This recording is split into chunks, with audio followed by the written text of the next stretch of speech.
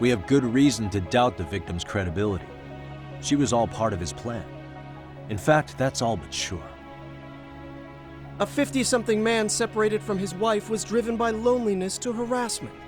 That seems much more likely. The way you phrase that, is the prosecution admitting the defense's claims aren't wholly impossible? Beg pardon? That would imply the guilty verdict from the first trial was issued without 100% certainty. Now you're just nitpicking. Defense, if you claim to doubt the victim, then what is your reasoning? Yes, we do. In actuality, she wasn't the only conspirator who helped stage the groping.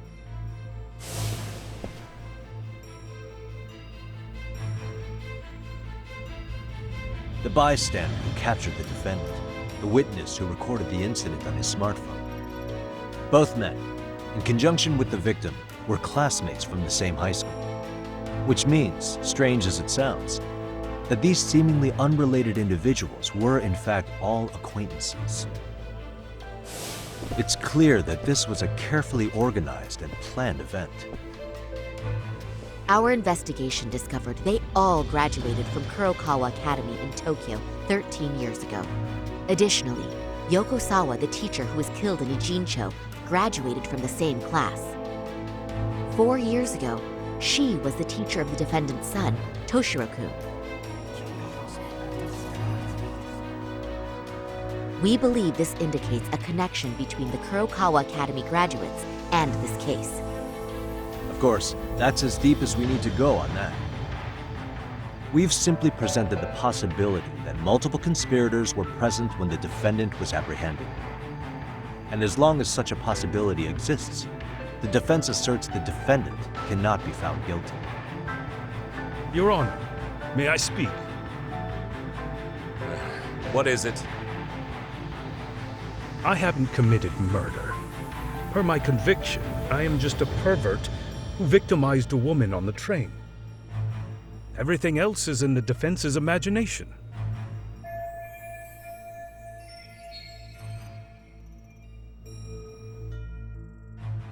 Defendant, why did you agree to this appeal then? You can ask my lawyers that. I simply didn't stop them.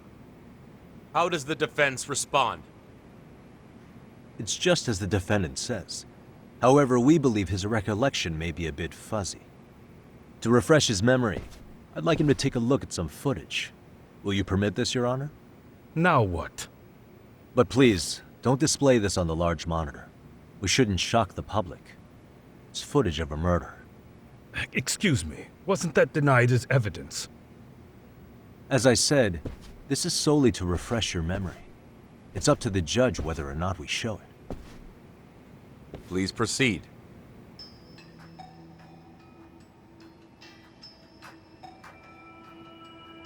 That's just internet footage with no known origins. No. This footage is from the SD card in the camera used to record it. This is a write once, read many card, also known as a worm. The police use it to photograph evidence. Anything recorded on it is highly reliable data. After serving your time, you intended to release this to the public. But Kawana can't wait for that to happen, and that's why he left it in my care. Don't kill me, please. I'm sorry. Toshiro-kun, I'll make it up to him. I'll atone for it. I swear I'll try to make it up to him somehow. I'll spend the rest of my life making up for it.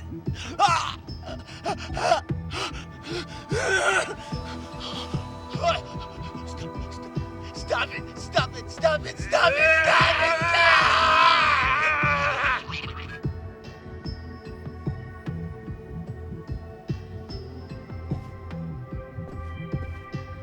Defendant, in that footage, is the person in the white raincoat you?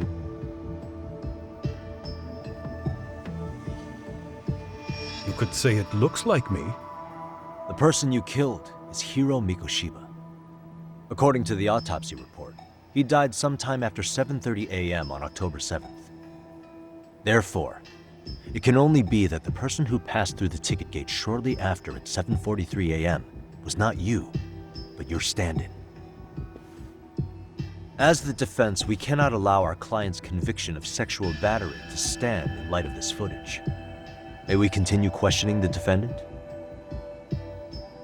How does the prosecution respond? Even if the footage has an irrefutable source, that alone does not prove guilt of murder. I'd just like to state that in advance. So the prosecution is denying the murder? Remind me who exactly is defending me here? Good question. The defense repeatedly mentions a stand-in, but where is this person currently? Who even are they? The person on the station security footage was wearing sunglasses, but he looked just like the defendant. We believe he used a mask made from a 3D printer. If you look closely, the alleged defendant at Ikebukuro Station and on the train does not move his mouth at all. We learned this from sources who may have been the stand-in and the collaborators. Then we should call them to the stand to testify. No need. The defendant should know all of this already. I don't know anything about it. He said he doesn't know. So what now?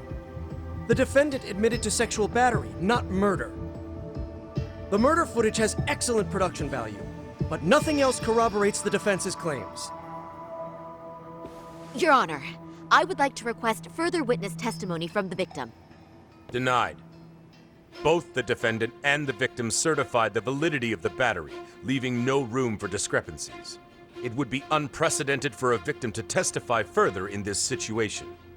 By that logic, there's no precedent for using battery as an alibi for murder either.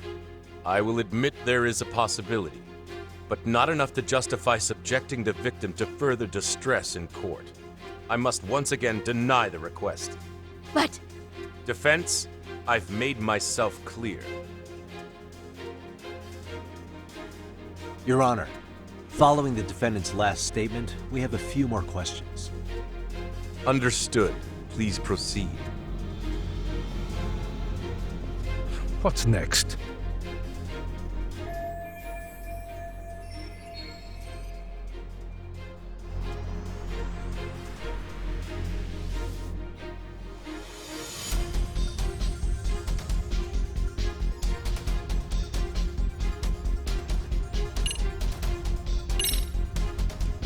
Ehara-San, you're familiar with Jin Kuwana, aren't you? He's a handyman in Ijincho. Nope. Never heard of him. On October 7th, Kuwana disguised himself as you and boarded a train at Ikebukuro bound for Shinjuku Station. He was the stand-in for the sexual battery mentioned earlier. Your Honor, no evidence has been submitted to verify that statement. The name Kuwana was not present on any documentation, nor was the prosecution notified. Kuwana is the very person who encouraged the defendant to murder Mikoshiba-san. Defense, as the prosecution has stated, no one by the name of Kuwana is known to the court. We've not even confirmed if he exists. Please refrain from this line of questioning. But, Your Honor, Kuwana is a key factor in the defendant's motive. Without him, Ehara-san never would have killed Mikoshiba and we wouldn't be in this courtroom. Am I getting through to you? I don't know a Kawana. No, you definitely do. Kawana's the one who fanned the flames of vengeance. You do well to remember that.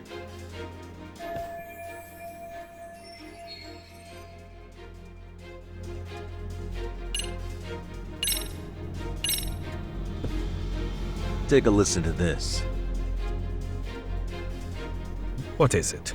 It wasn't just some random internet post that made you decide to kill Mikoshiba-san, was it?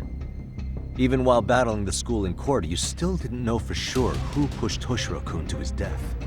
That's when Kuwana came to you with this recording, right? That's... Why do you...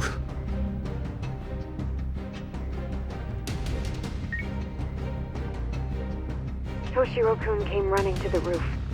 His face was pretty swollen. And a few minutes later, a student named Mikoshiba came up looking for him. I'll never forget the fear I saw in Toshiro-kun's face. That's the voice of Yokosawa, the teacher Toshiro-kun confided in about being bullied 4 years ago. It was recorded in secret and played for the defendant by Kuwana. He told me about everything. The teasing, the beatings, the theft. How nobody was on his side. And yet, I had to deny all this in front of an entire courtroom. Believe me, I never wanted to do that. But they said there was no hope, that I was the only witness with no proof whatsoever. After hearing this, the defendant came to believe Mikoshiba-san's unchecked aggression toward Toshiro was the driving force behind his son's tragic suicide. And ultimately, this became his motivation for murdering Mikoshiba-san and staging his elaborate cover-up. Isn't that right, Ehara-san? Is it coming back to you yet? Afraid not. I see. Then, is that all? Can the defense please get back on track? This recording only came into my hands by means of Kawana. Except, thinking about it now, much like the murder footage, that would qualify as an unreliable source, wouldn't it? What? We live in an age where audio and video footage can be fabricated and easily reproduced. What are you getting at? Sawa-sensei, the one speaking in the recording, was murdered only days ago. And the one who recorded it, Kawana, disappeared without a trace. Meaning that as far as this recording is concerned, no one is left who can prove that it's authentic to the court.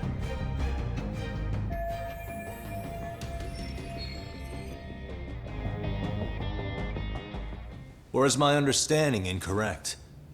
You would say you're completely unaware of the details about your son in this recording. Kawana had it. Didn't he play it for you? I never heard it. Regardless of the content, it has nothing to do with me. So you say. In that case, let's just assume then that Kawana and I are the only ones in possession of this audio recording.